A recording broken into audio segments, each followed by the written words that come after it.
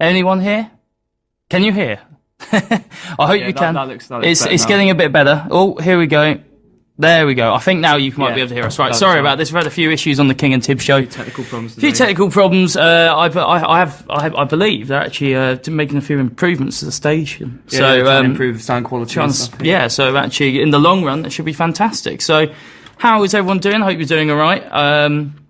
Please, as always, get involved with us on this show this week. Already we've had Dan Jackson say, can we have a shout out to the birthday boy, Morgan? Yeah, Morgan, he is a lad we both know well. Yeah. Happy birthday, Morgan. Have a good day. I'm sure see you at the Casbah. Yeah. To rock the Casbah, hopefully. This show this week, we've got a wide-ranging sort of look at what's going on in the world of football at the moment. We'll start by sort of having a look at the England-Denmark game in a brief detail, because, my word, that was a terrible game of football. I don't think anyone really wants to spend too much time. Almost put me to sleep, to be honest. Yeah, let's put it this way. I don't think we want to spend too much time talking about that game. No. So we won't spend too much time talking about that game. But we will quickly just go over it. We're going to choose our own World Cup squads. We spent this afternoon picking our squads. You might not agree with all our selections, but I hope you agree with some of them. I don't know, we'll see if there's any controversial ones in there. I think there's a couple in mine. Might get a few eyebrows, but we'll wait and see. And then we're gonna go on to tell you who we think should be the first 11 against Italy. And then we'll move on to our regular feature of the Premier League predictions. Of course, this weekend we've got the quarterfinals of the FA Cup as well. Huge chance to go to Wembley. Absolutely. So we're going to review them too. And of course, Sideshow Paul, when he arrives, will be mightily excited. I'm sure he'll be optimistic as a Blades fan. As a Blades fan, they've got their quarterfinal tomorrow, so they'll be looking... Oh, was it on Sunday? I believe it's tomorrow. I believe it's tomorrow. I think you're right. Yeah, so we've got the quarterfinals this weekend. Also, of course, we couldn't do a show this week without reflecting on Alan Pardew's moment of madness last week. I don't know what he was thinking. Clearly not a lot at the time. No. So we will be running over him. And we're going to look at other sort of people in the world of sport who have lost the plot, like Pardew did. And we've got some really good examples. I put up earlier in the week the video of the Rijkaard Voller incident at Italia 90, which is classic. That is probably one of my favourite. Foul. It's disgusting, but it's proper banter. Right, and then we're going to do our sports wrap. This week our wraps are on golf. So I hope you guys out there like golf, because if you don't, then you're going to be disappointed with that. Then we're going to do something this week, which is going on the theme of sort of our own sort of views on selection. This week we're going to do our own mediocre Premiership 11s, and I think these are going to be absolutely brilliant. The essence of averageness of what we were looking for in these teams. Absolutely, not necessarily the worst players in the Premier League has ever seen. Just mediocre footballers. The ones that kind of made it, but they really shouldn't have. Yeah, the ones that also show a bit of potential. So we're not talking about, I don't know, Ali Daya. We're not talking about Massimo Taibi. We're not talking that bad. We're talking just players who just plodded along the whole careers, mediocre careers, Just mediocre is just the key word there, mediocre. And then, of course, we've got an obscure sport today, which Michael is not going to tell. I have not revealed it yet. He has not revealed what it's going to be. And then we may also go on to a segment on sporting nicknames that we've got prepared just in case we have enough time. But we shall see how time goes. We've got plenty anyway. Right. Let's crack on. So, England, Wednesday night, 1-0. Everything rosy? Well...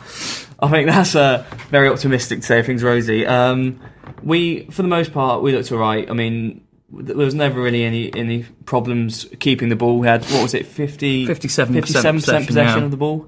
So which is promising, considering against Italy at Euro 2012 we had 36% of possession. And that's evident by the fact we played a passing midfield. We had Gerrard, Henderson and Wilshere, all good passes. Well, Gerrard was almost playing that quarterback role, isn't he? He's sort of old Scholesy kind of role, I remember. Well, he's playing the role where he sort of sits very deep now in front of the defence, picks up the ball, and I think he did that quite well at the Euros actually as well. Definitely. His dead ball delivery as well is one of his main traits now. Absolutely, it was. No, that's so true. Yeah. Sorry, I'm just tweaking. I'm just hoping you can hear me clearly enough, because I'm not 100% sure. We're not having anything coming through there, but I think we're getting. I think we're getting readings, so I think we're okay.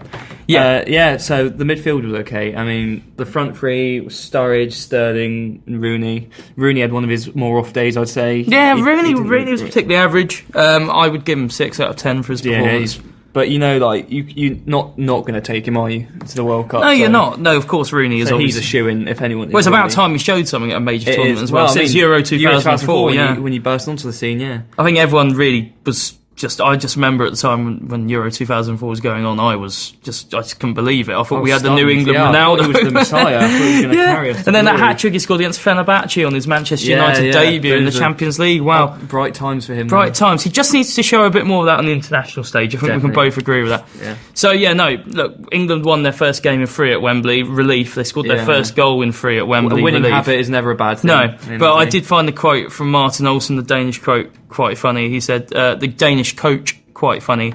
Olsen said, "Good luck to you, England, in the World Cup. You're gonna need it." And, coming from Sweden, that Denmark. Olsen. I thought Olsen was Swedish. Sorry. Oh, okay. I don't know. He might be, but I know he's a Danish coach. Well, all those Scandinavian countries, they're all similar. Right, okay. Well, they are all Scandinavian. We can put them under that umbrella term, Michael. Right, okay. So, look, Denmark didn't qualify, to be fair. Denmark didn't qualify, no, they didn't, which was a bit of a surprise, because they did finish second in their group to Italy. Denmark... With Benter up front, how can you not qualify? I mean, absolutely, best player in the world. Best player in the world. Poor from them, really. Poor from them, yeah. Well, look, we thought, as a result, we didn't want to talk too much about the England game, because it was quite a little bit depressing. Dour, boring words. The most exciting part. We don't want to associate with our show. Yeah. The most exciting part of the night was watching Sturridge do his dance. I thought I love seeing Sturridge do the little dance he does when he scores. Fantastic. No. Right. So we were thinking as well now. No. So we've given ourselves a situation. We are Roy Hodgson. It is time to pick our squads, and you get a 23-man squad. Now, please feel free to give your feedback on our squads, because I mean, there might be some controversial stuff in this. There might be. You might not agree with who we're picking, but I don't care. So I'm going to start off by reading my England squad. So these are my 23 I would be taking to Brazil. Go for it. Goalkeepers: Hart, Foster and Forster. Mm-hmm. Defenders: Shaw, Baines, Johnson, Cahill, Jagielka, Jones and Smalling. The midfielders I'd be taking would be Gerrard, Carrick, Wilshere, Henderson, Barkley, Milner, Oxlade-Chamberlain, and then the strikers / I suppose you include winger with Raheem Sterling. I'd be taking Rooney, Sturridge, Welbeck, Carroll and Sterling. So I would notably be leaving out Ashley Cole, Jermaine Defoe, newly of Toronto FC, and Frank Lampard. I would leave Lampard out, and I'm sticking out. Michael, what's your squad? I've got Hart, Forster and Ruddy, your favourite, the Norwich keeper. Why on earth you would put him in the England squad? But carry on. Yeah, as a third keeper, he's a fine choice. I just think Forster and Foster are better. Forster is, no doubt. Yeah. Ruddy's going as third choice for me, but Ben Foster's always prone to a calamity, I feel. I like Ben Foster. This is why I would disagree with that. I'm a big fan of Ben Foster. I was a big fan until he started making calamities for United. That's the thing, isn't it? That's the thing. But yeah, so I had fullbacks. I had Walker, Johnson, Colwyn, Baines. That's my fullbacks. Didn't want to take Shaw. I don't think he's quite ready yet. Okay. Well, I think I would like to be looking ahead to 2018, because I don't realistically think England can win the World Cup. I don't think anyone who says that can say that without breaking into laughter. Very true. So I thought there, and that's why I was tempted to put Nathaniel Klein in my England squad, because I think Nathaniel Klein as well, by 2018, I think right back is one position where... I think we're pretty stocked there. I mean, Walker, he's not too I'm not old. a great fan of Kyle Walker, though. No? I think pace... I think he'll be a player who peaks early because he relies too much on pace to get out of bad positions. As a fullback, his positioning is Isn't quite that Klein's main trait as well, pace? Well, I'd like to say, but I mean, Klein is younger. Yeah. Klein is, to be fair, would be something new. I just think the Southampton ethos, everything going down there. I'd like to get some of these young Saints players involved. Yeah, got a lot of good young English guys coming through. To be fair, Klein would be one for me. I was very tempted in putting in the squad actually, but I decided not to in the end.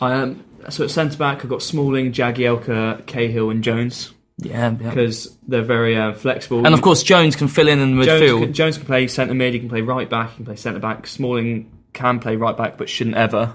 And mostly plays centre back. And then Jagielka and Cahill probably my first choice. Yeah, I think everyone would agree. Jagielka and Cahill, especially if John Terry can't be tempted back from retirement. Yes, it's got to be yeah, Cahill and Jagielka. In midfield, I've got Gerrard, Wilshere, Carrick, Henderson, Barkley. All players who are good on the ball, and they're good passers of the ball. That's what we're looking for now. Trying to progress England on a bit from the backwards kind of tactics we've seen in the past. I'd like to see some nice possession football. Kind of like what we saw against Denmark. I mean, we did have a lot of the ball, which is a nice thing to see from England. It's the first time that's happened in a long time. Yeah, exactly. And then I had on the wings Sterling, Oxlade-Chamberlain, Milner, and Sturridge is sort of a winger / striker. Yes, yeah. Well, Sturridge does that role pretty well. And Rooney, Welbeck, and Carroll. Okay, so there's a couple of things I'd like to point out. That we've both gone for Andy Carroll over Ricky Lambert. I was torn between him and Lambert. I wasn't. I had no question in my head who I was going to be picking. It was going to be Andy Carroll. You know, surprisingly enough, at Euro 2012, he really impressed me. Yeah, he did.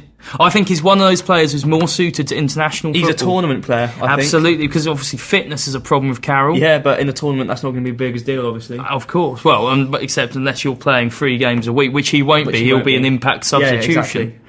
Yeah, exactly. If England need him. He's a completely different option, isn't he? I think he's a good option to have at the World Cup. Let's say, for all intents and purposes, we want to play good, attractive, passing football. But when you're losing a game and there's not much time left, he's not a bad choice to throw on to just win some headers for you in there and get it onto one of your. I just remember his goal against Sweden at Euro 2012, and I just thought, what a fantastic goal that was. That's fantastic. So, going on from that, who's going to be the first 11?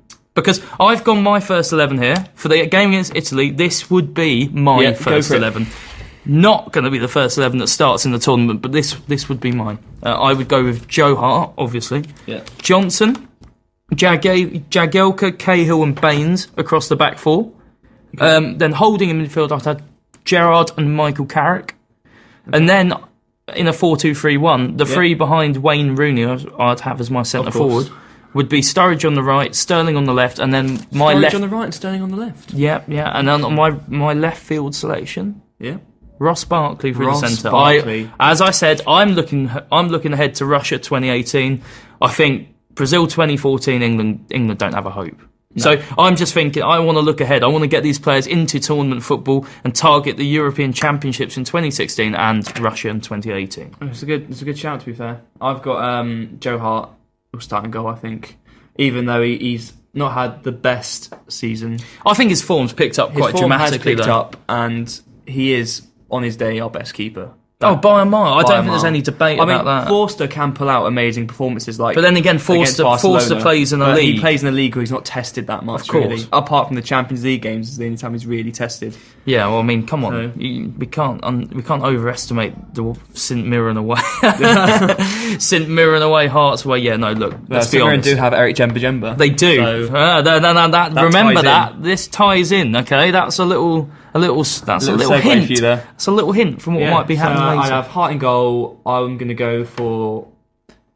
I know that Roy would pick Glenn Johnson because he seems to have this thing for Glenn. But I'd go for Walker. So I haven't even put Walker in my squad. That's how little I think of Carl Walker. So I'd have Walker right back, Baines left back.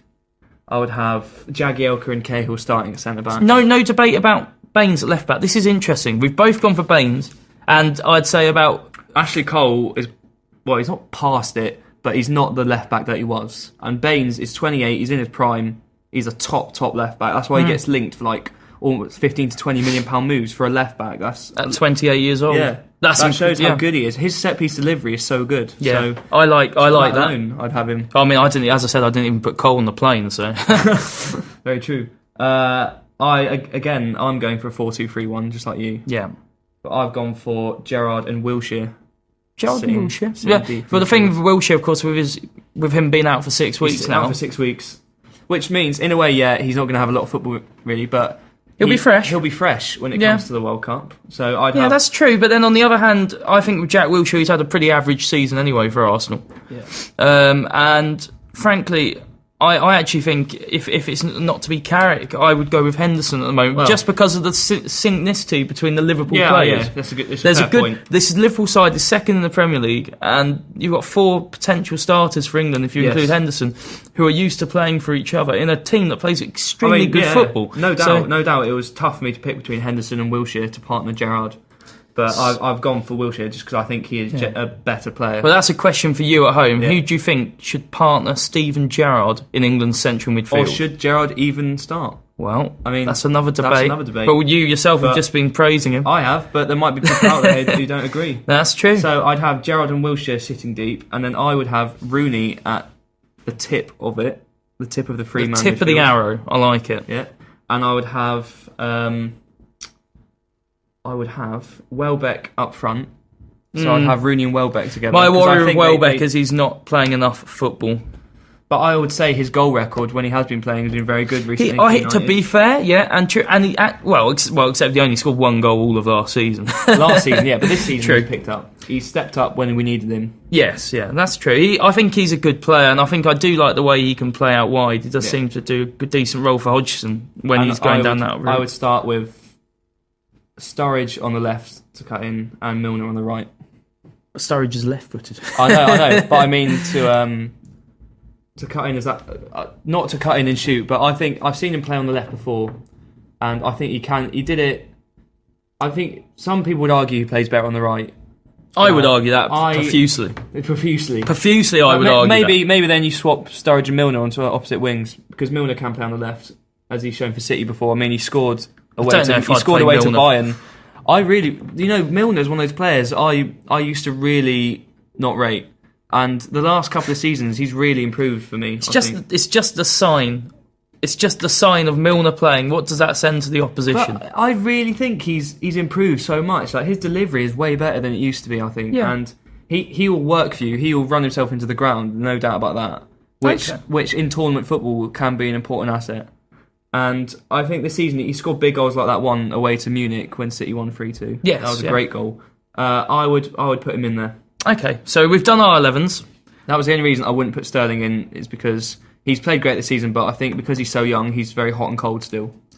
Yeah, okay, well, that's fair enough. I mean, obviously Rodgers does have some questions about Sterling's temperament. Yeah. Right, okay, now what we're going to do now is I want you guys to tell me your England 11s on the Facebook group. Tell me who would be starting for you in Maneus against Italy in June. And then also, Michael's going to put a poll up, if that's okay, Michael. Yeah. I'd like to see who should be playing alongside Steven Gerrard for England in central midfield, again against Italy, in Maneus in June. Right, so we've finally got underway after a couple of issues at the start. We've covered that. We've covered the international side. When we come back from the break, we are going to go over our Premier League and FA Cup predictions for the weekend. And then after that, we shall be moving on to other stuff. So it's the King and Tib Show here on Source Radio Coventry. And I'm going to play a classic song now. It's Friday night. It's been a lovely day. You know what? I think it's perfect time. Sit down, get yourself a drink, okay? And listen to Aerosmith.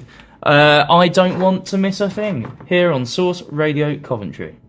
Hello, welcome back. I hope you like the little bit of Mambo number 5 we put in there, because I'm not going to lie, I love Mambo number 5. Brings back so many memories of Channel 4 cricket back in the early noughties to me. The Ashes 05, all those blooming memories. Anyway, no, look, we put up the poll and we've had a response from James Agio-Brew, who's on our course. He does politics. He's a big cricket fan, I know that. And he's actually requesting Carrick and Lallana would be very interesting midfield duo. I can't see it happening. I can't see Roy going down that route. But Lallana, for me, I've put him in the squad. Play on their own, or is that to play with Gerrard? That's a good question. I think I get the impression James is implying that there should be no Gerrard, and that could be a debate for another day. And Dan Jackson, he's off our course, has put on our page starting lineup.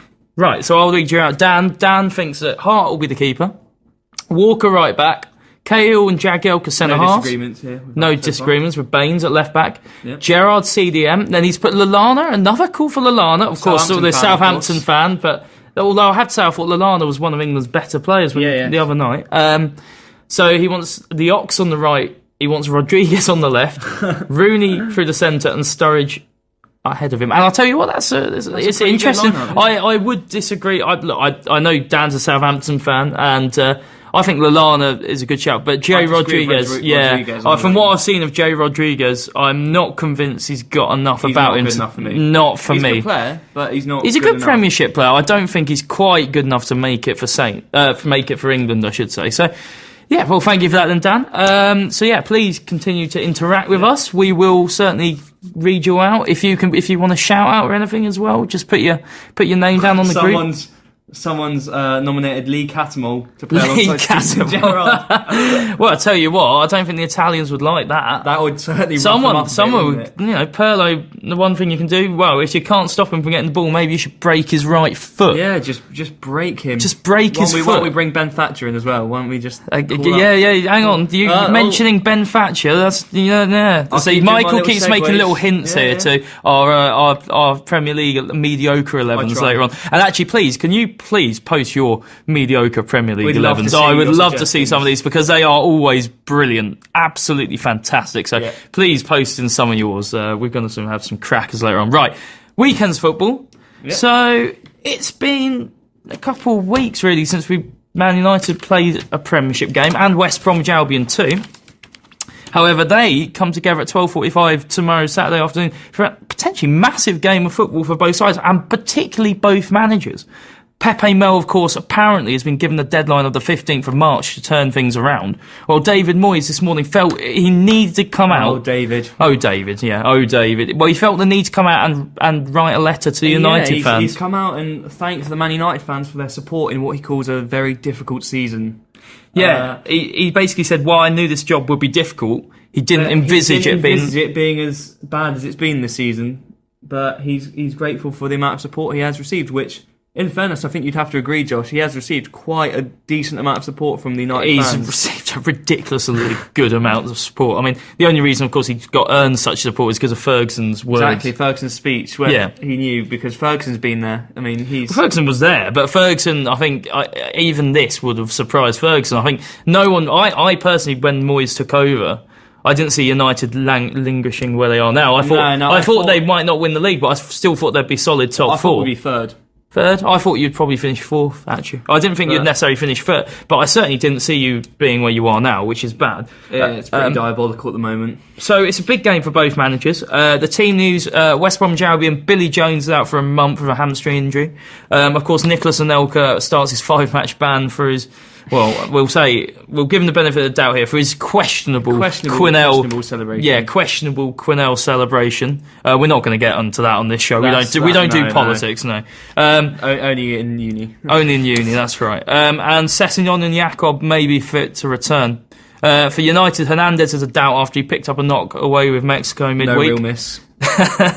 Mata will return to the lineup. That's great. Of course, the last time these two teams played each other, it was a 5-5 draw at the Hawthorns. But of course, the last time they played each other at Old Trafford, it was a 2-1 to West Brom. So there's been some good games between the two Moyes, recently. the record breaker, that was another one he broke. Well, he'd have to break long drought at Old Trafford. If West Brom win again tomorrow, that'll be a league double for West Brom first of all over Man U, and I couldn't tell you when the last time that happened was.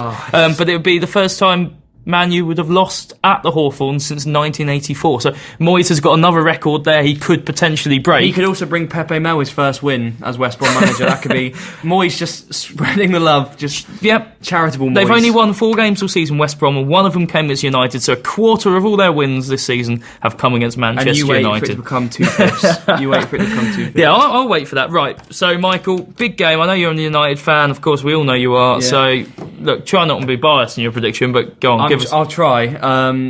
I'm a bit pessimistic about this game after coming off the back of that Olympiacos game, which was one of the worst performances I have ever seen a United team put out. Don't think Rio will be starting tomorrow then. No, hopefully not. With Mata coming back as well, hopefully he can help us be a bit more creative than we have been, because obviously we didn't really create much against Olympiacos. West Brom looking for a win with Pepe Mel. Surely United, we can go to West Brom. I've gone for a 2-1 win to United. It's interesting you said that, because I've also gone for a 2-1 win for Man United. I don't think it's a game... I think even Man United can't lose this one. Our away form has been considerably better than our home form as well. Yeah. So, in fact, 5 of your last 6 games have been away from home as well, Man United. A long run of away games. Yes, you've had a lot of long away games. Of course, against the side West Brom, we've kept just the 5 clean sheets all season. Yeah. You've got to be hopeful. So United to win. I think we'll agree on that. Yeah, just to win. Next game we're going to look at is the big 6-pointer at the bottom of the Premier League. Cardiff City v Fulham. Cardiff, of course, last week lost unluckily 1-0. Well, unluckily. Unluckily. Well, I was there. Well, Michael was there. They lost 1-0 at Spurs. Michael, how did they play? Cardiff hit the bar from a corner, but apart from that, they created absolutely nothing. I mean, Spurs, to be fair, didn't create much more. No. But Cardiff didn't really look very threatening. Well, Solskjaer tried out his 3-5-2 formation this week, which he says he's going to persevere with. Did that make a difference? They looked more solid. I'd say that. They didn't look like they were going to ship a lot of goals. That's surprising if he's gone to a 3-5-2. Yeah, I know, but they looked quite solid. But there was no real cutting edge from them. Apart from a corner, there was no real hint that they were going to score, really. It was never really under threat. So from what you saw, you don't think they'll get out of it? Not unless they can start scoring goals, which is difficult. It's difficult. They have signed players, but they can't seem to put the ball in the net. No, I don't see him having enough to stay up at the moment. No, I agree with you there. Of course, they're playing Fulham, who lost 3-1 at home to Chelsea last week. That's not such a disastrous result. Shirley getting a hat-trick. Shirley getting a hat-trick, and Chelsea played very well. Who had him in their fantasy team? Right, so Fulham, Cardiff. Team news at Cardiff, I should say. Much may be fit again after a hamstring problem for Cardiff. He came on against Spurs. Did he? Yeah, he looked quite good. He's a good player, Jordan Much. I think he's one of their key players towards the end of this season. Fulham, Mitroglou may feature, but Duff and Parker are definitely ruled out. So that's a big loss there. But saying that, Duff and Parker, they're both over the age of 30, of course, as we know. Yep. Now, something that interested me about Fulham. They have conceded 68% of their goals in the second half of matches this season, which is more than any other team in the Premier League. What does that tell you? Well, considering I've always had my feeling about Fulham is they've been building a side on OAPs essentially. Yeah, they're getting tired. I think finally this season it's come back to haunt them. As I said, it's a very short-term transfer policy. Isn't it? But they can afford it. They've got I think the change of owner maybe what's fired. His name? Shahid Khan. Shahid Khan. Yeah, interesting guy. He owns the Jacksonville Jaguars in America, doesn't he? Yes. Yeah, no, and one of the worst. I actually own a Jacksonville Jaguars hat. Really? Yes, I do. My cousins in America, they support Jacksonville Jaguars. Nice bit of trivia. Nice bit of trivia there, yeah. So, look, I mean, it's been an absolute disaster for Solskjaer since he's been in charge there. They've lost 6 out of the 8 Premier League games he's been involved with. And they've just got the 19 goals in the Premiership, which is the joint fewest. Which is just nothing, isn't it? 19 goals all season. That is appalling. That is actually absolutely appalling. That's what I mean about not being able to score goals. But of course, if you can't score goals, it might help to play against the leakiest defence in the league, which Fulham possess, because they've conceded 62 goals this season, which is also, on the other hand, that is the awful. other end of the spectrum. That is diabolical. That's completely opposite end of the would say diabolical. Oh, diabolical. They've lost 15 out of their last 20 in the league. So you can hardly say these two teams are coming into this match with sterling form. Yeah, so what have you gone for? Well, I think as a result, I like Felix Magath. Now, I think Felix Magath, if there's someone who's going to be able to get them in, get them fit, get them trained, get them ready for raring for action, if there's someone who can get them prepared mentally and physically for the challenge left this season, I think it's Felix Magath. And I think against Cardiff, I'm giving Fulham the benefit of the doubt, and I say they're going to beat Cardiff 3-1. Well, I've gone for a 1-1. I think, Cardiff, they struggle to score, but as you said, Fulham have got such a leaky defence. I think they'll get one. And I think Cardiff aren't good enough to hold the lead against Fulham. Fulham will get one back, so 1-1 draw. Well, Fulham have never been great away from home, have they? No, they haven't. But Cardiff haven't been great at home, really. No, so you've got those two there. Yeah, of course. Right, so we've gone both different scores there. Now, the next game I'm going to look at is Palace versus Saints. Crystal Palace play Southampton tomorrow. Chamakh is facing a fitness test on his hamstring injury, while Ledley, Delaney and Dickachoy are big doubts. For Southampton, apparently Ramirez might be brought back out the cold and actually start tomorrow, which will be interesting. Cheers for Ramirez. Classic. This was Mike Bassett. That's it, isn't it? Oh my days, I love that film. I can't believe you just said that. That's fantastic. Right, but they are expected to stick with Lovren and Fonte at the back. And of course, it's back to the day job for the Southampton players, all them who went off to England midweek. Do you think that's going to have an effect on the way they play this weekend? I think it will, especially with Palace. They're turning it into a bit of a fortress at the moment, Selhurst Park, aren't they? I mean, that's one thing Tony Pulis is good at. He knows how to get the team's home form good. I mean, remember when you remember when he was managing Stoke? how formidable it was to go to the Britannia. And it is a bit like that. I can see that, but especially with the atmosphere. Yeah. That atmosphere at Selhurst Park is with the area behind the goal. It's just like with the fanatics behind the goal. I can see Palace nicking a 1-0 against Southampton. Oh, that's interesting.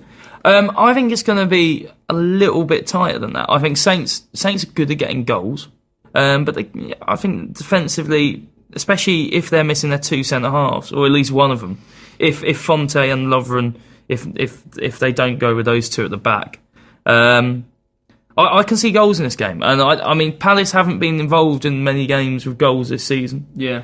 But I'm actually going to go with a 2-2. 2-2. A 2-2. A Palace 2, a Southampton 2. Archbishop Desmond 2-2. Absolutely, the Archbishop Desmond 2-2.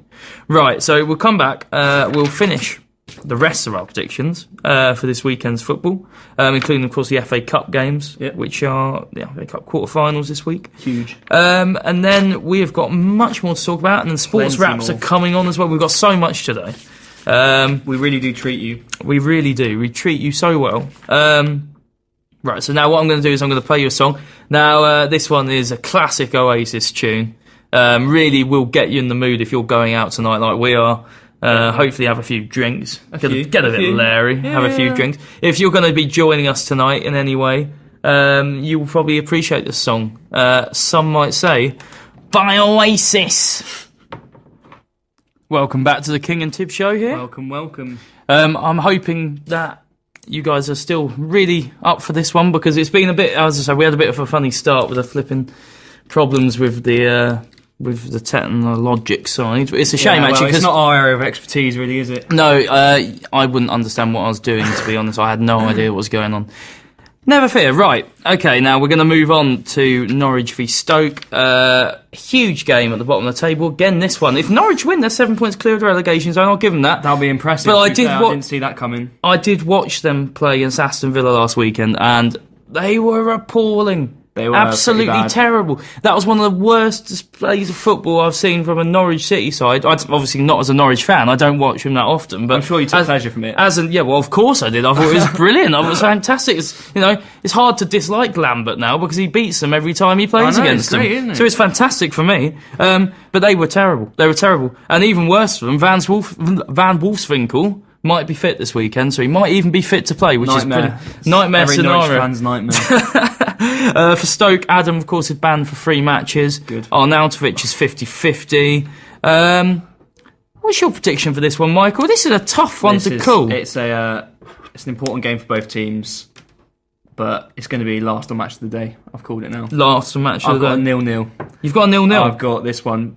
Neither side's going to be able to score. It's going to be awful to watch.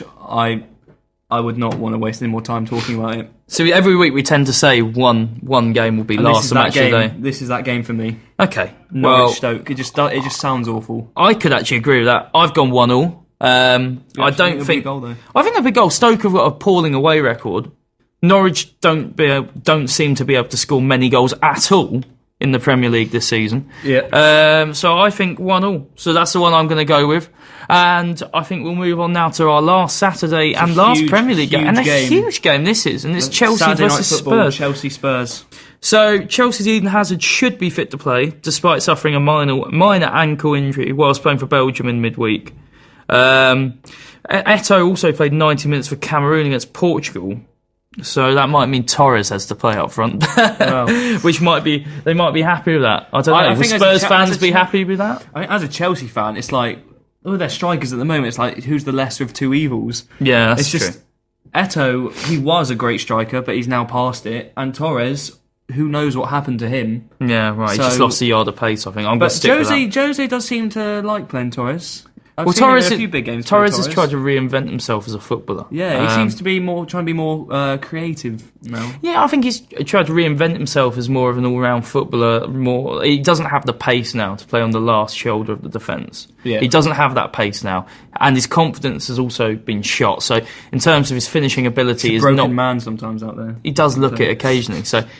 Yeah, especially the hair is what gives it away to me. Look at him now with his short haircuts. Yeah, Samson. Yeah. Lost all his power. Well, no, I don't know. I think it was when he was playing well. He look at me with my nice fancy hair and my highlights. Now you look at him, he looks, I don't know, he's all shaven hair. He just looks angry. So, yeah, that might not be a good thing. Tottenham, Ericsson may miss out with a back problem. And that ruled him out of the game against England the other night. Yeah. Spurs will assess defensive trio Walker, Kabul and Zeki Friars too. I personally think this is a huge game for Spurs. As big a game as it is for Chelsea, it's a huge game for Spurs because if they have any top four ambition, they've got to get a result. They've got to get a result. They absolutely. Otherwise, the gap's getting too big, I think. Yeah, I do as well. I think you were telling me some of your friends they still hold belief that Spurs are going to get top four. Yeah. Some people I know who support Spurs, they still believe. Do you want to give them a shout out? No, I don't. No, we won't give them a shout out. Yeah, so I disagree. I can't see them getting it. Chelsea, for me, I'm just going to go and record another win. I don't see it being any different here. I think Chelsea are going to put... I don't think the Spurs side is creative enough. I think the best way to describe describe they're good enough. Is Spurs will huff and puff, but Chelsea will win. Well, Chelsea will blow that door down. Chelsea will blow that Chelsea door down. will blow that little... 2-0 I've got little Chelsea. pig's door down. Okay, I've actually gone 2-0 to Chelsea as well, so we can agree there. Yeah.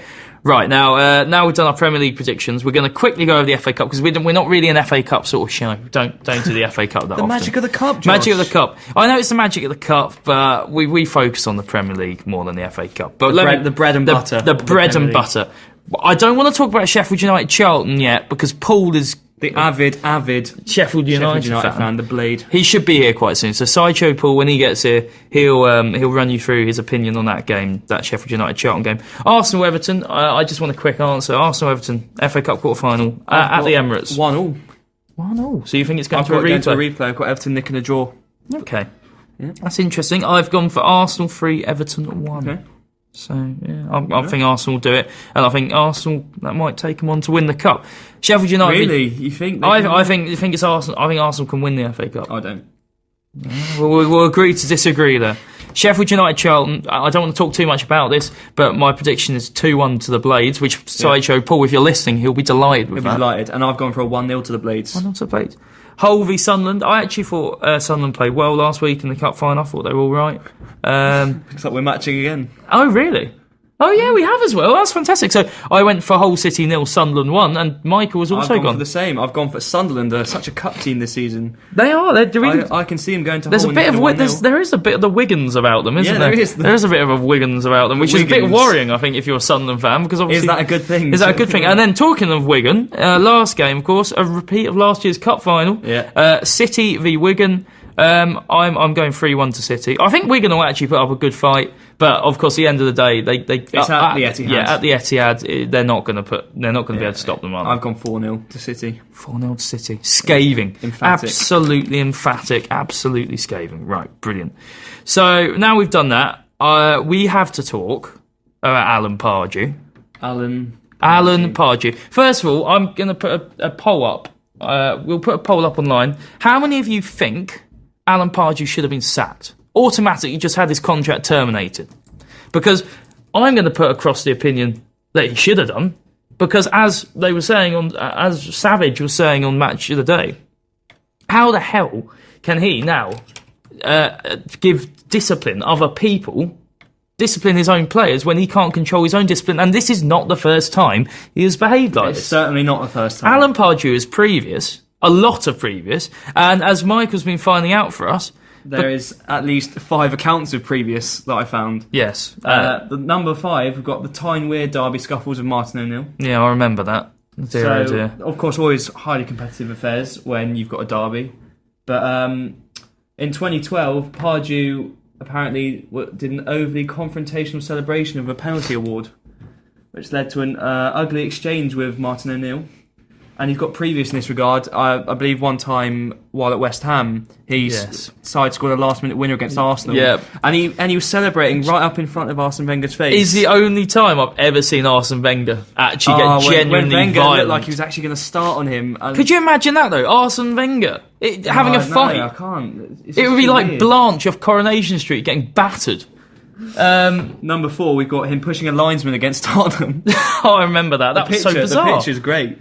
Yeah, maybe can you put the picture up? I can link to the article. Oh, you should. Yeah, link to the article. Fantastic, so people can have a look. But at the start of the 2012-13 season, he got a bit over enthusiastic. I believe he would. I think that's a way of putting it. Yeah, and he pushed a linesman out of the way after the Yeah, the Newcastle boss disagreed with assistant referee Peter Kirkup's decision that the ball had not gone out of play and let him know as much by petulantly pushing the official in the arm.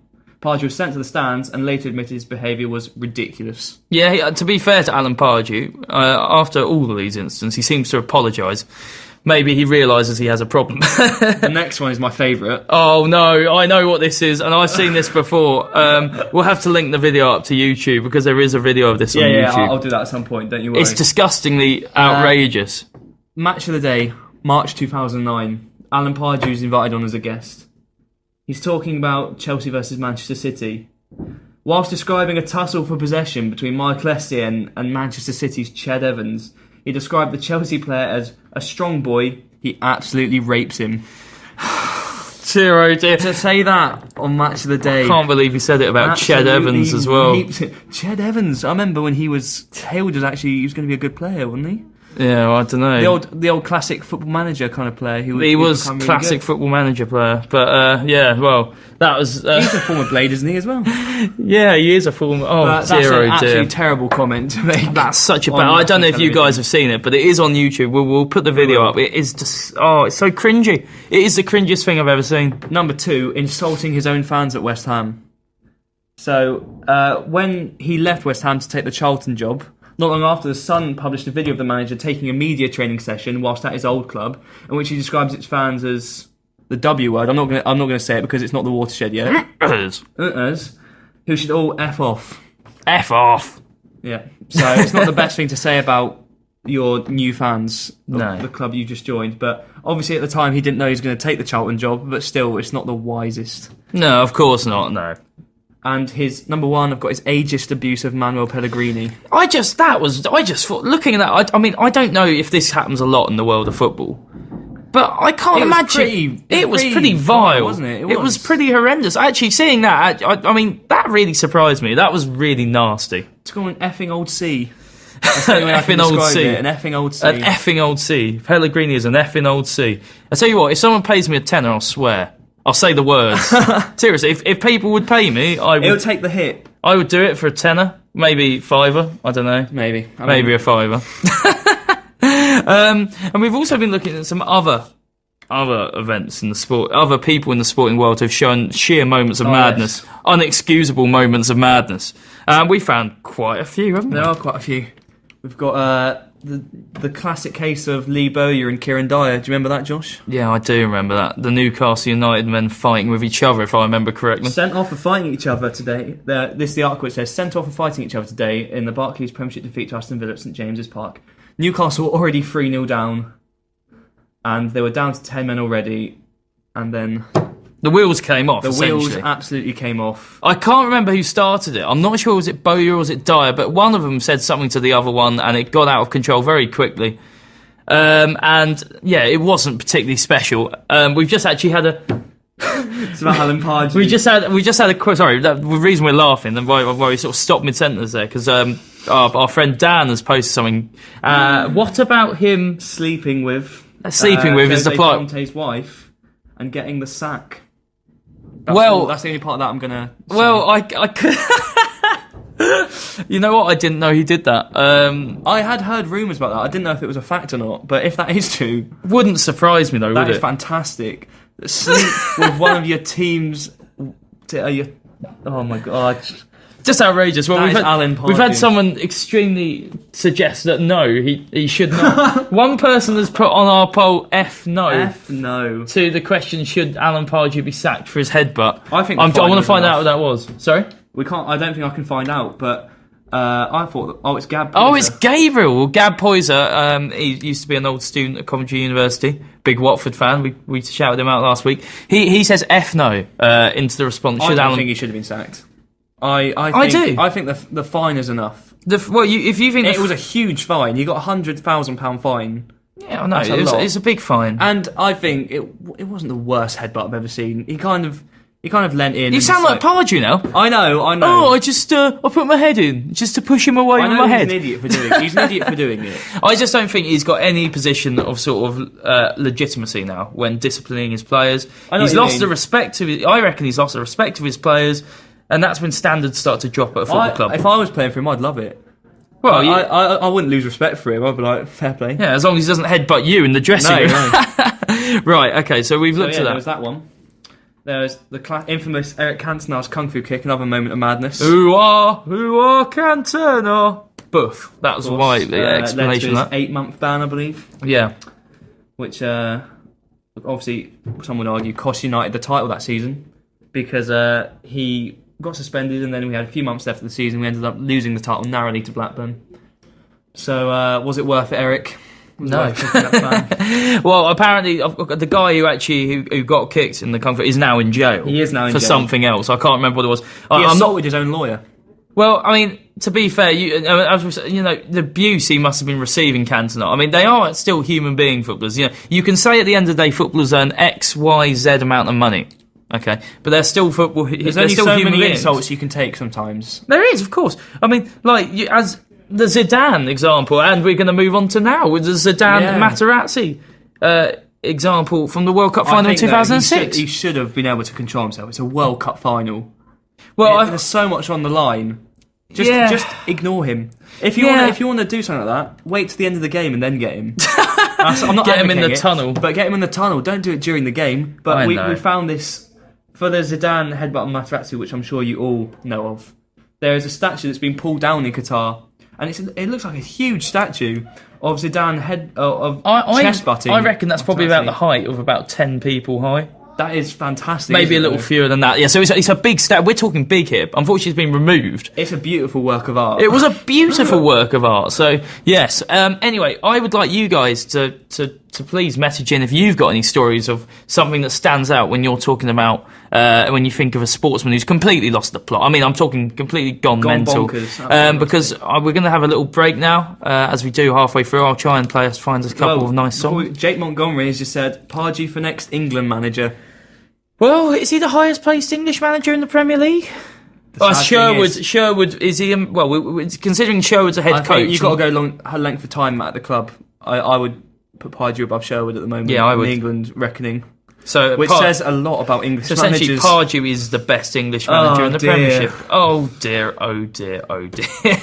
Okay, right, look, as I said, we're going to play a couple of songs now. I'm going to start off with a classic 90s song. I don't know if you love Macy Gray, but I kind of like some of her stuff, and I Try by Macy Gray is a cracking song. So I'm going to play you I Try by Macy Gray. I'm going to find another song and play that after. So we'll play our two back-to-back. So go out there, go and get yourself a drink, coffee, cigarette, whatever you need. Chill out, Have a chill out for a few minutes, and then hopefully when we return, hopefully by now, our man Paul, the Sideshow Paul, will be here too. Gab Boys, who just said Ferguson kicking a boot at Beckham. That's good, but unfortunately that was behind closed doors. Didn't really see it happen. We saw the aftermath.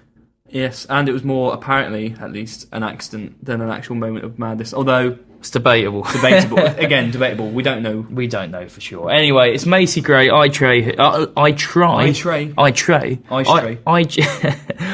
here on Source Radio Coventry. Welcome back here to Source Radio Coventry, the King and Tib Show, and I can tell you what, he's arrived. It's Sideshow Paul. Super Sub is here. Hello, everyone. Woo! You made it. I'm alright. He's made it. He's alright. Right. One piece. So how was your week, Paul? My week has been pretty good, actually. Yeah? Yeah, not bad. Work's been good. Perfect. You look clean shaven. You've had a shave when I look all bearded and sort of crazy. Am I? Yeah, you do. Okay, yeah, we'll go with that. He's looking clean shaven. Anyway, was I a bit haggard before? I couldn't possibly say such things. Paulino on there. He looked rugged. Rugged last Friday. He was looking, but I haven't seen him since. Anyway, so Paul, before we talk, we're going to do our raps next. But before we get into that. Sheffield United, Charlton tomorrow. Huge. You must be absolutely just salivating. On Sunday, it's going to be a big one. Oh, is it? It's going to be a big one. Have you got tickets? I haven't got tickets. There was only 350 tickets left at 2 o'clock today. Are you serious? So it's going to be a sellout crowd. Sell out the lane. I'm going to be in my bed though, watching it on BT Sport, 12 o'clock. Everybody else do the same. In my bed, obviously. Not big enough. Fantastic. Of course.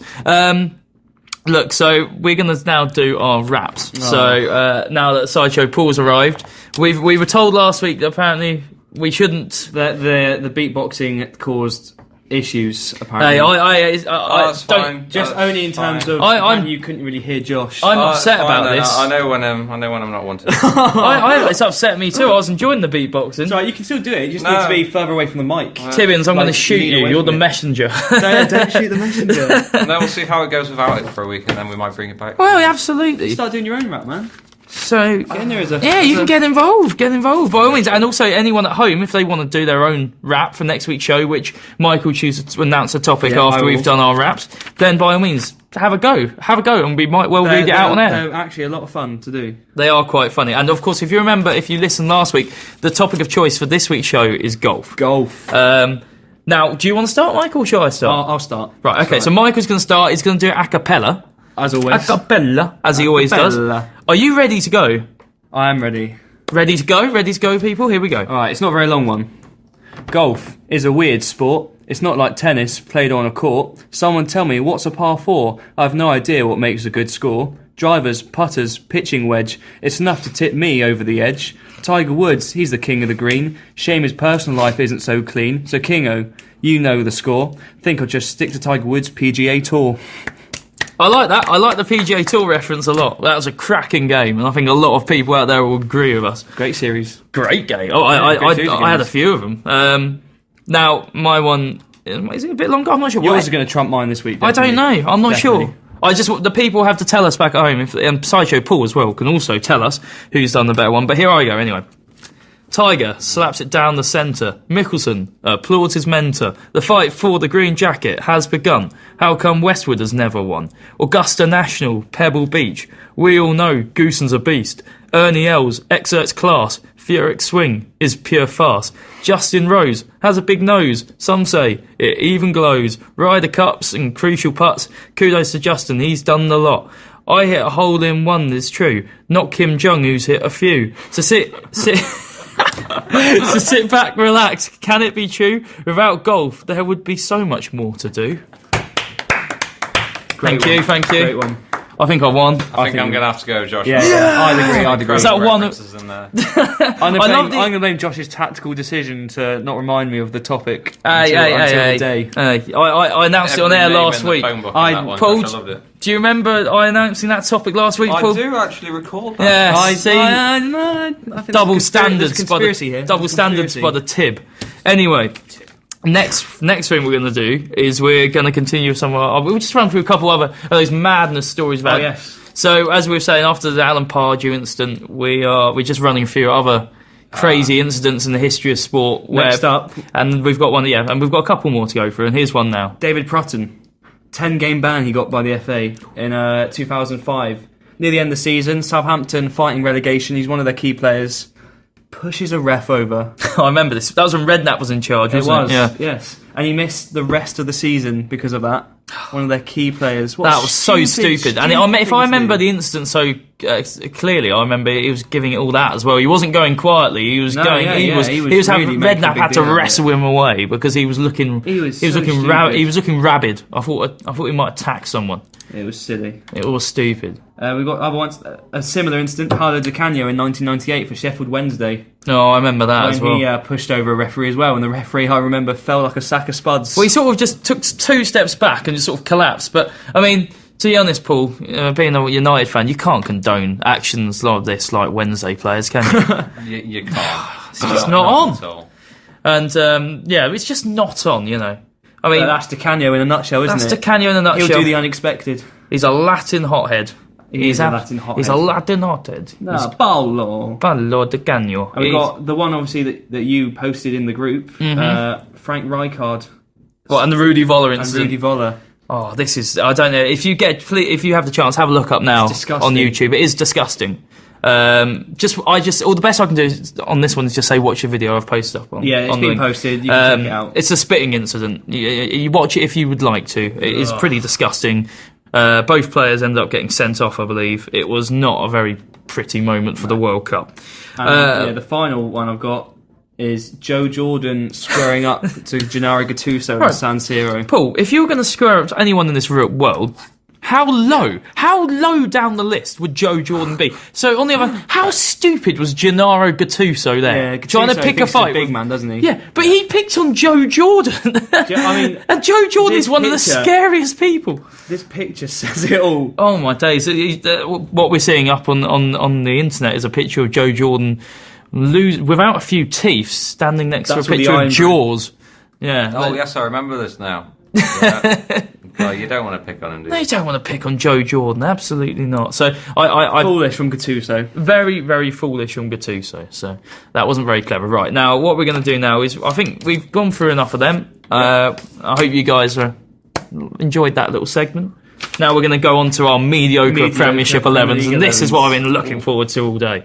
Now, if you know me, and if you know us three as people, then you'll know we have quite an obscure knowledge about football, and we like silly things, and we like remembering old players that they don't get enough credit. The average players, the mediocre players, they do not get enough recognition. They need more recognition, and hopefully some of these names will give you a chuckle. And as I said earlier, if you would like to post your own mediocre Premiership 11 in after hearing this one, please do, because everyone's got a great one on this one.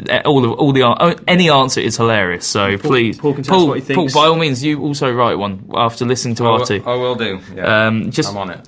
So. Okay, now I'm going to read out my one first. Okay. And I've been looking forward to this all day. My formation is a 4-4-2. Number 1, goalkeeper, Raymond van der Houw. Raymond van der Houw, former United man. He made 37 appearances over 6 years for Manchester United. He was number 2 to such goalkeepers as Bosnich, Taibbi, Bartes and Schmeichel. Always the bridesmaid, never the bride. Absolutely. Well, of course, earlier in his career, though, he did make 258 appearances for Vitesse Arnhem. So, but, I mean, pure class. Premier League, it's all different, isn't it? But I just remember United would throw Raymond van der Houw in for about the last 5 games of the season, so he could get his medals. Just so he could get his medals. Yeah, absolutely. Nice little gesture. Do you remember Raymond van der Houw, Paul? I remember the name. You remember the name? Everyone remembers the name. He had the yellow. He was always in the yellow goalkeeper's jersey. Yeah. He was around that time. Ledge. Right, number 2. Now a classic for all you Arsenal fans. Quite relevant because Ukraine's in the news at the moment as well. We've gone for Oleg Lushny. Oleg Lushny. Now, he's up there with Stepanovs and Gilles Grimondi, who I should have put in my team. Now I remember Gilles Grimondi with some fantastic Arsenal players of the early noughties. He did make a few appearances. He made 75 appearances over 4 seasons.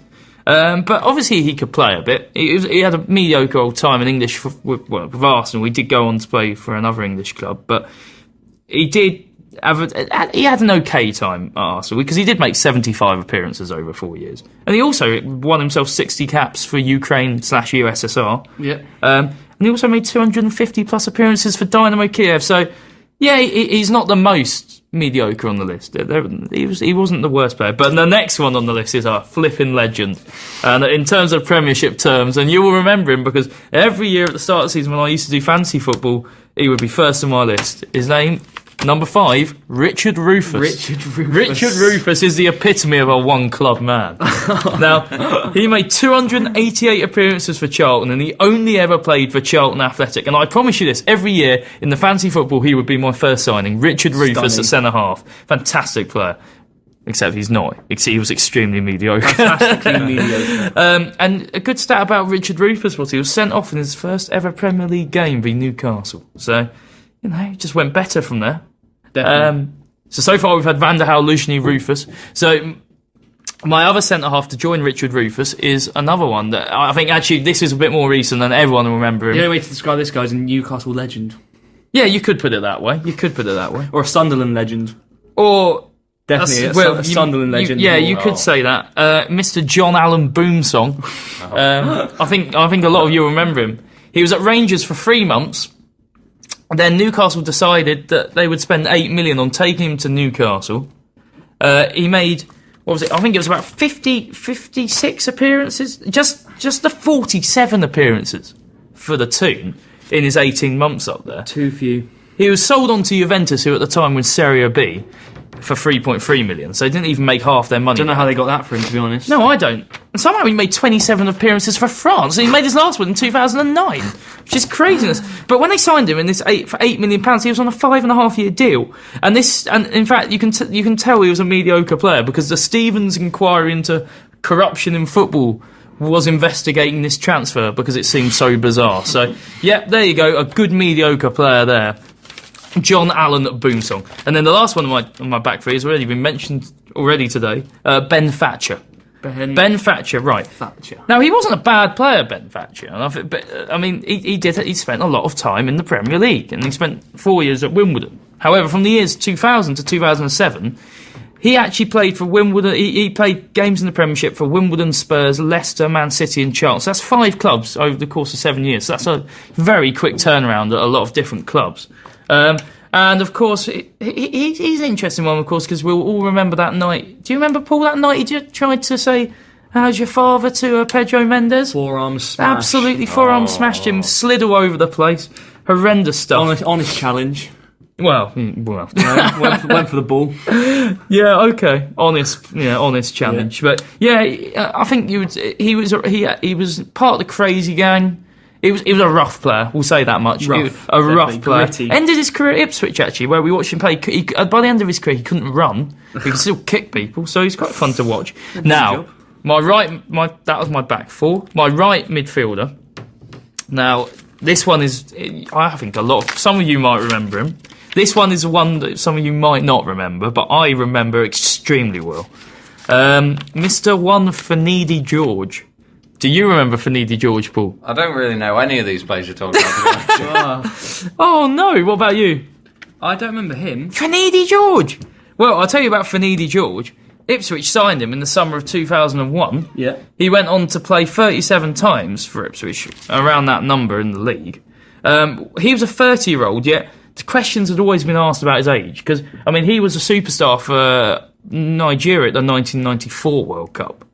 By the time 2001, he was supposed to be 30, but genuine questions about how old he was, genuine. And we signed him for 3.1 million, which was a lot of time for a club like Ipswich.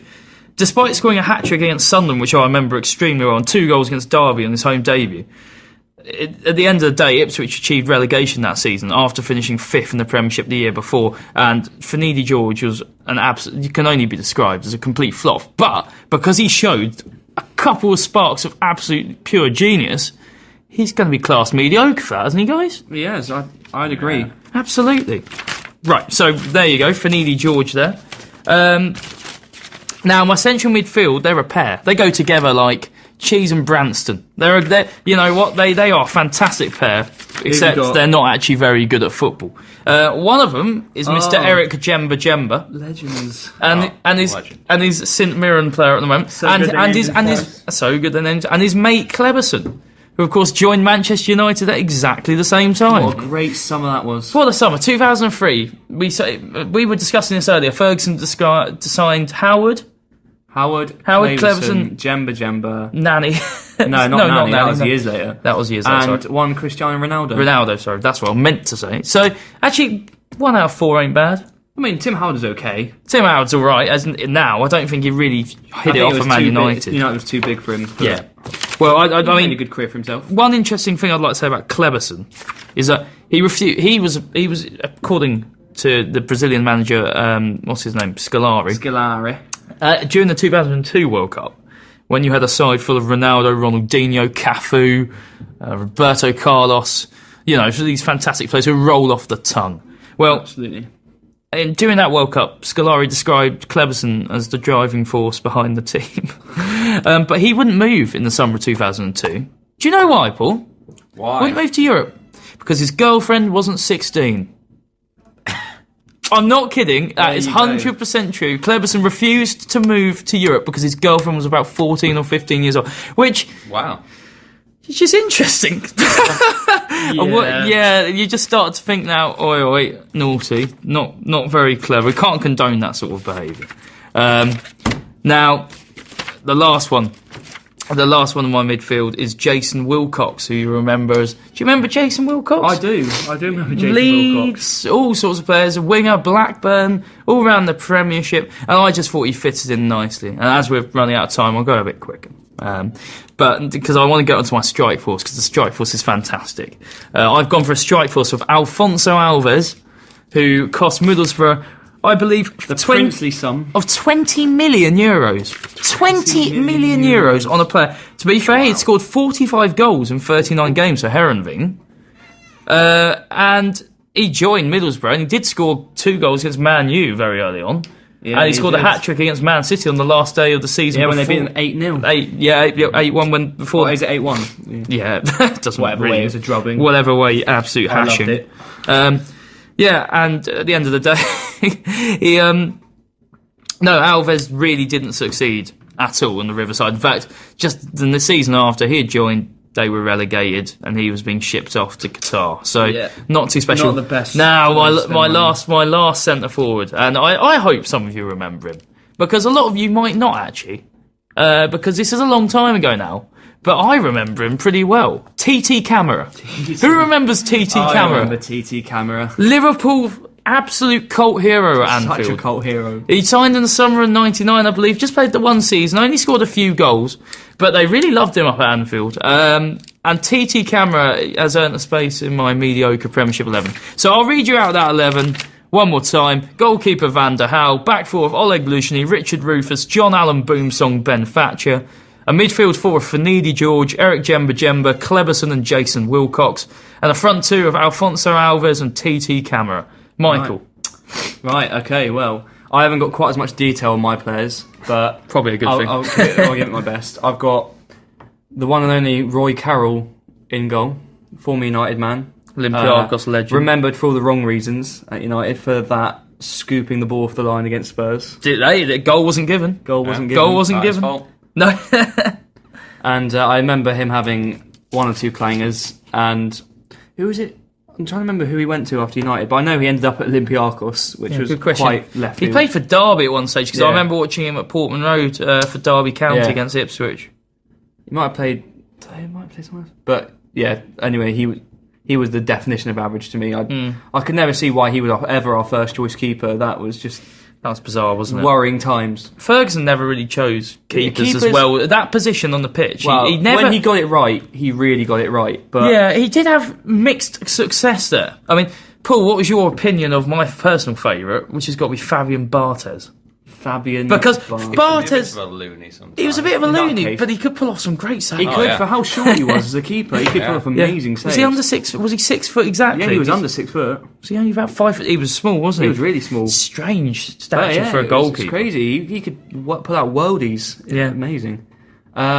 In defence, I've got a flat back four. I've got Herman Hreiderson. Oh, Ipswich Town legend. I'm just pointing that out. When he jumps in... Oh, there was a game when we played Bradford City and he scored. Except actually it turned out it wasn't his goal. And he did a swallow dive into the North Stand at Portman Road. It was one of the best things I've ever seen. My friend Ben, my good friend Ben, who'll probably be listening, his mum teaches at a private school that Herman Hreiderson's kids went to. Really? So we got to meet Big Herman on a couple of occasions. It's so interesting you brought his name up. I didn't know you'd put him in. I believe he's also been relegated with about 5 different Premiership clubs, including Ipswich. He's pretty painfully average in that regard. That he was good. He was a good player. He was a good player. He was all right. I liked Hreiderson. I had a lot of time for Herman. He's a character. He was certainly that. He was a fantastic player. And he looked really awkward when he scored a goal. He didn't look like he knew what to do with his celebration. He was just a very likeable guy. There we go. Likeable guy. But never gonna pull any trees up or anything. You know. Well, he could have done it. He was a big bloke, Hreiderson. Also at fullback got J. Lloyd Samuel. J. Lloyd Samuel. I haven't heard his name mentioned in years. Oh. What a player. Bolton legend. Aston Villa too, of course. Aston Villa as well. Yeah, I remember back in the days when people thought he might be getting into the England team or something. And that never really amounted to anything, and then he just ended up having one of those painfully bleak careers as a very distinctly average Premier League defender. Absolutely painfully bleak. At centre-back, we've got a great pairing here. Bruno and Gotti. Bolton legend. Another Bolton legend, another big Sam purchase. Another big Sam. Loved his bargains. And Frank Sinclair, the own goal machine. Frank Sinclair. He must have scored more own goals than, I suppose, Chelsea scored normal goals at the time he was playing. Than Torres scored this season. Yeah, you're probably right. He probably scored more own goals in his career than Torres has scored for Chelsea. Jesper Blomqvist on one wing. Champions League winner. Yeah, but not because of him, was it? Well, let's be honest. True. He was. I think he showed how average he was once he'd left United. Yeah, I think I'll give you that one. On the other wing, I mean, he's not technically a winger, but he can kind of play out wide. Rory Delap.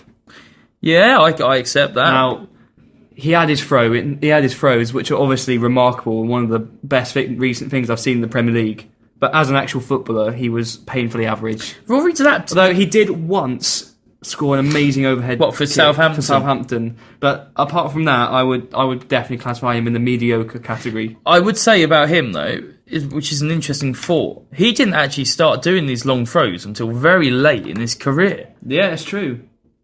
Dan Jackson suggested Christophe Dugarry, Birmingham French international non-scoring striker. I remember him. I'm pretty sure Christophe Dugarry was a centre-half. He was a striker. He was a World Cup winning striker in France, and he went to Birmingham who was the centre-half? And he helped keep them up, but he didn't score many. Was he playing a centre-half at that stage of his career? No. Why have I got it in my head that he's a centre-half? I don't know. Because I have heard everyone say how well that Dugarry did. In fact, we brought his name up earlier, didn't we, in conversation? I think we did, yeah. Christophe Dugarry. That's a good one. I need to look more into Dugarry. In central midfield, I've got John Obi Mikel. I think that's slightly harsh on Mikel. I think that is quite harsh. Although I don't see why he gets the games in. That's what I'm saying. I don't understand. I don't see true. what he does. I don't. He doesn't. He's no good with the ball.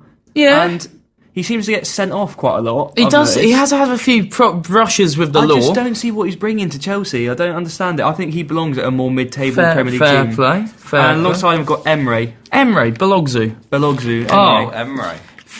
Very good free kicks on FIFA. He was very good. Very good free kicks. kicks. Shame he didn't really do it for Newcastle as much. No, that's true. But, and up front, I've got a great strike pairing of Francis Jeffers, Fox in the Box. Oh my! Everyone remembers him. Yes, I do. He played for the Town, actually. And partnering up front, Neil Mellor. Oh my god! How scored against Sheffield United in the in the Worthington Cup semi-final. Do you think did he make enough? United won 2-1. Did he make enough appearances for Liverpool to justify a position in that team? I think for that goal against Arsenal. What was this? JJ Okocha. Elliot Frost has put JJ Okocha. Mediocre. JJ Okocha was He was fantastic. He was a great player. A specialist in hitting the woodwork. I'll have to disagree with you on this one, Frosty. Oh, we've had another Berta. I think it means Obertan. Obertan. I was going to say, who's a Berta? Obertan. Yeah, no, Obertan could definitely warrant a space in the team. Yeah, he's pretty painfully average. So is that? That was my team, yeah. Jeffers and Mellor up front. So Jeffers and Mellor up front. See, I've made a few notes, if you want me to go through. Please, Sideshow Paul, can you run me through yours? Maram Biram Diouf. Mame Biram Diouf. Blackburn player. No. United. And then went on loan to Blackburn, that's right. Yeah. I remember him. Scored on his debut, didn't do anything else. Scored bags of goals in Germany. Anton Ferdinand.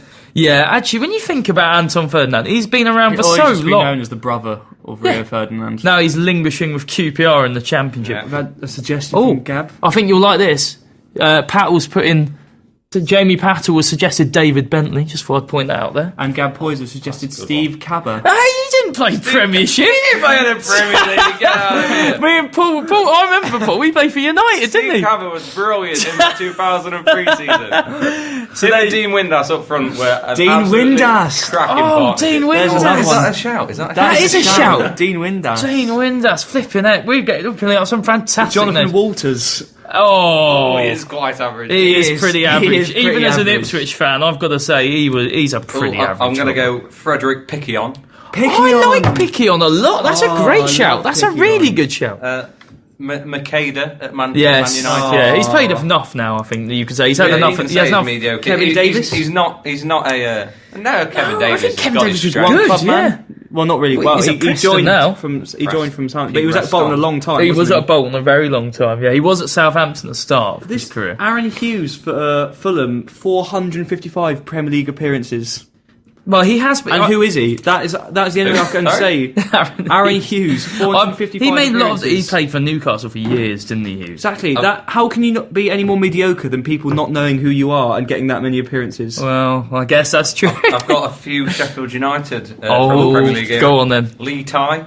Lee Tai! Lee Tai. Chinese international, remember him. Also, Sun Ji Hai. Sun Ji Hai, yeah. Are they all Asian? I was going to say, Luton Shelton, the Jamaican striker. I thought he was quite good when Oh, I saw no, him. he scored against Arsenal. He did. Oh, no, was that? No, that was Nardo. Christian Nardo. Christian Nardo. That Christian was Nardo. New Year's Eve. That was absolutely amazing. New Year's Day.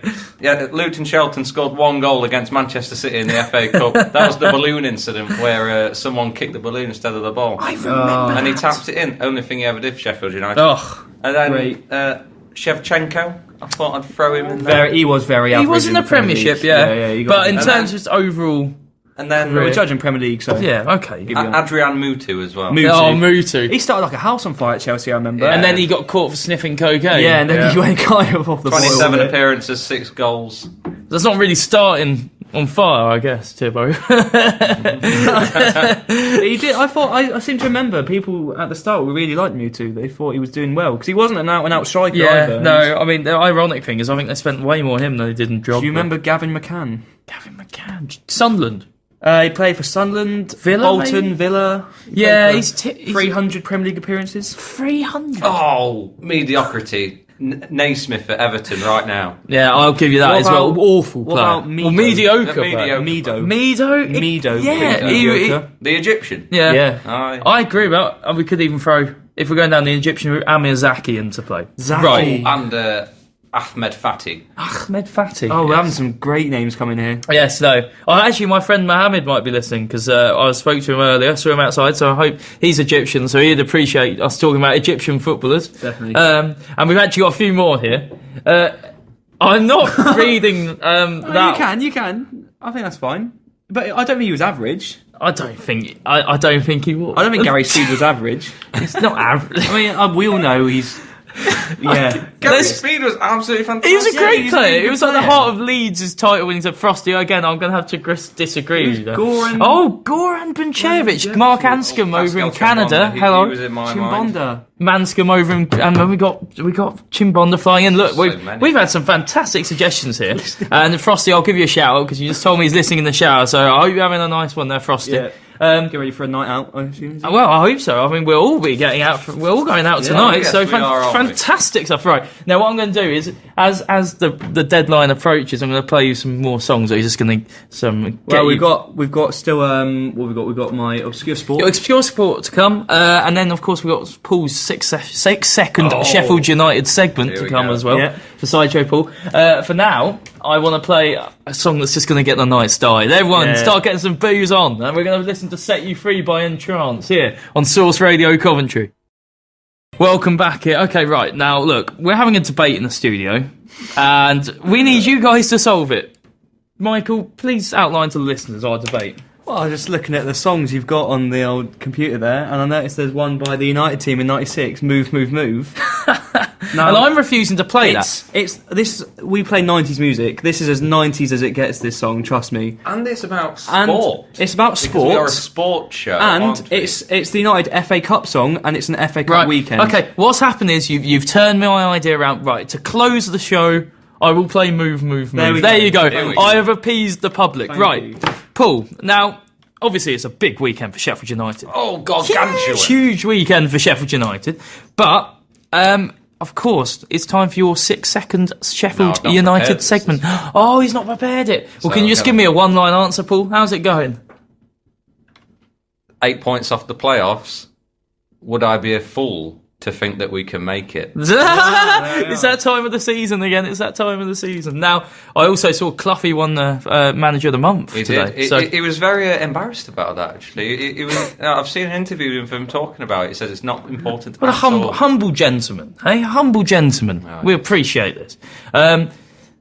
I've had a comment in from Dan Jackson. Oh, I actually agree. I agree with you, Dan. I've been very right wing with it and censored the Right comment. wing. He censored basically Dan. Paul. He put up a comment saying he doesn't want to listen to the song. I don't want to listen to the song. But Tibbo's flipping controlling the press. I don't get to choose much of the music here. No, this is true. This is I'm true. indifferent. Yeah, Paul's indifferent to the circumstances. And I don't really get to choose any. Right. It's also, one request. But okay. This will be delegated. The United Nations will sort this one out. However, I do need to apologise to Gab Poyser. I hope you're still listening, Gab, and I hope you haven't gone off angry with me, because we laughed when you suggested Steve Cabba. We laughed. We all laughed in the studio. We did laugh. Now, that's because I associated Steve Cabba with Sheffield United, and I'm very average first division. A very average first division player. Now, I must apologise, because since then I've had a response from Gab Poyser, and you know what, he is right, and he is very right, and I'm very wrong. What Gab has said here, if I can find it, was that Cabba was signed by Watford in the Premiership in 2007, January, 30 appearances in 2.5 years, 1 goal for £500,000. I mean, the only thing I may say, but all I can say, well, then again, actually, now I'm debating it, because he would have only spent half a season in the Premiership. I must say, though, he was fantastic at Sheffield United, but I think he did suffer a leg break, and then he went to Watford. Poor It kind of Cabba. ruined his career. I think he was playing for Burton or something. Poor old Stevie Cabba. Right, now, as the end of the show approaches... I think it's time for... absolutely. Obscure Sport of the Week. Obscure Sport of the Week. Now, Mike has been keeping it a secret from me this week, Paul, so I'm not...